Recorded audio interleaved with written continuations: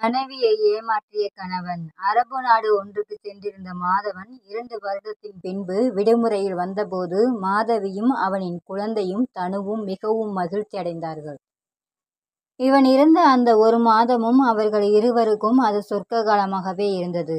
அவனும் அவர்களுக்கான வீட்டை கட்டி கொடுத்திருந்தான். ஒரு சில தங்க நகைகள் கூட செய்து கொடுத்திருந்தான். மாதவியை பார்த்து பக்கத்தில் இருப்பவர்கள் கூட பொறாமைப்படும் போதெல்லாம் உள்ளூர மகிழ்ச்சி அடைந்தாள் அவள். புதிய வீடும் புதிய நகையும் வாங்கி தந்த கணவனை நினைத்து பெருமைப்பட்டு கொண்டவள் இவன் இருக்கும் வரையில் அவனை எல்லா வகையிலும் நன்கு கவனித்து கொண்டாள். இனி அடுத்த 3 வருடங்கள் திரும்பி வர முடியாது என அவன் சொல்லியதால் அவனுக்கு தேவையான பலகாரங்களை செய்து கட்டி கொடுத்தாள். பிரியும் நாள் வந்தபோது தானும் பிள்ளையும் விமான நிலையம் வரை வந்து வழி அனுப்புவதாக மாதவி எவ்வளவோ கெஞ்சி கேட்டும் மாதவன் மறுத்துவிட்டான். தான் போன பின்னர் இருவரும் தனியே திரும்பி வருவது ஆபத்தானது என்று சொல்லி தானே போய் வருவதாக சொல்லி கொண்டான்.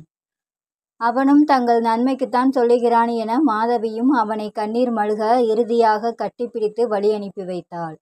அவ்வளவு நாளும் தான் கேட்பதையெல்லாம் வாங்கி தந்த தந்தையை பிரிய மனமின்றி அழுது ஆர்ப்பாட்டமே செய்து விட்டிருந்தாள் தனுக்குட்டி. அவனும் மகளுக்கு இறுதியாக நிறைய முத்தங்கள் கொடுத்து அங்கு போய் மிட்டாய் அனுப்பி வைப்பதாக அவளுக்கு ஆசை காட்டி அவளை சமாதானப்படுத்தினான். ஒரு வழியாக எல்லாரிடமும் விடை பெற்று கொண்டு மாதவன் புறப்பட்ட போது உருகி உருகி அழுது விடை கொடுத்தாள் மாதவி. ஒரு நாள் கழித்த போது இன்னமும் மாதவன் போய் சேர்ந்த தகவல் வரவில்லை என்பதை உணர்ந்த மாதவியின் மனம் பயத்தில் வேகமாக துடிக்கத் தொடங்கியது. உடனடியாக அவனின் அலைபேசிக்கு அழைப்பெடுத்த போது அவனின் அலைபேசி அணைத்து வைக்கப்பட்டு இருப்பதாக தகவல் சொல்லியது.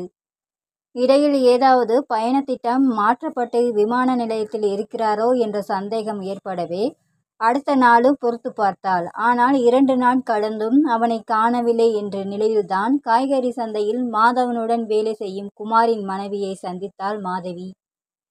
உடனடியாக அங்கே இருந்தவரே தனது கணவனான குமாருக்கு அழைப்பை எடுத்த போதுதான் குமார் அதிர்ச்சி தரும் செய்தியை சொன்னான்.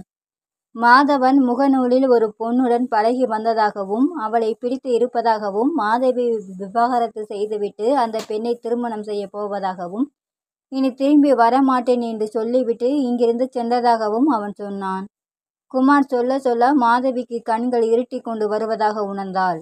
அப்படியே மயங்கி சரிய தொடங்கினாள். அவள் மயங்கி கீழே விழப்போவதை உணர்ந்த மங்கை மாதவியை தாங்கி பிடித்து கீழே நிறுத்தினாள்.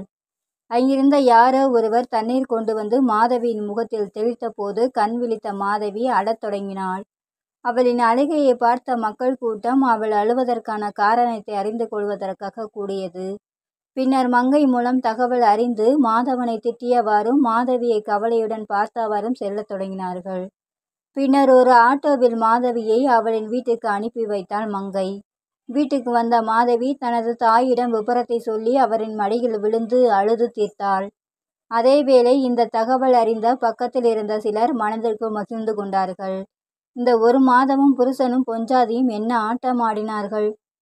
இவளுக்கு இது வேணும்தான், நீ சாப்பிட வழியில்லாமல் தெரியட்டும், அப்பதான் அடங்குவாள். நீண்ட காலத்தின் பின் வந்த கணவனுடன் மகிழ்ச்சியாக இருந்தது ஒரு குற்றம் போல் அயலார்கள் முணுமுணுத்து கொண்டு போன போது மாதவியின் மனம் சுக்குநூறாக வெடித்து கொண்டிருந்தது. ஆனாலும் அவளின் வேதனையை புரிந்து கொள்ளாமல் அவளுக்கு ஆறுதல் கூறுவது போல் அவர்கள் வந்து சென்றார்கள். வந்தவர்கள் காணாமல் போனபோது வெறுமையை உணர்ந்தாள் மாதவி. அப்போ இன்னொருத்தியுடன் ஓடி போனது கூட தெரியாமல் ஏமா அலறீங்க என்று தனுக்குட்டி கேட்டு கொண்டிருந்தாள். நாட்கள் நகர்ந்தபோது வெளியே செல்வதற்கு கூட பயந்தாள் மாதவி. அதனையே மீறி மகளை பள்ளிக்கு அழைத்து சென்ற போது அங்கு வந்த பெற்றோர்களின் கேள்விகளுக்கு அதற்கு பதில் சொல்லியும் பாதி செத்து போனான் மாதவி. ஏதோ நடைபிணம் போல் 1 மாதம் ஓடிய போது அவன் வாங்கி தந்த தங்க நகை அடகு வைத்து அடுத்த மாதத்தை நகர்த்தினாள் மாதவி. இனி இப்படியே அடகு வைத்து கொண்டிருந்தால் கடைசியில் பிச்சை எடுக்க வேண்டி வர வேண்டும் என எண்ணியவாறே வேலை தேடத் தொடங்கினாள் அவள். கிடைக்கும் கூலி வேலைகளை போகத் தொடங்கியவள் ஆரம்பத்தில் காயங்களும் கொப்பளங்களுமாக நிறையவே துன்பப்பட்டாள். இனி வலிகளையும் வேதனைகளையும் மகளுக்காக தாங்கித்தான் வாழ வேண்டும் என்பதை உணர்ந்தவளாக வறுமையிலும் இப்போது வாழ்ந்து கொண்டிருக்கிறாள் மாதவி.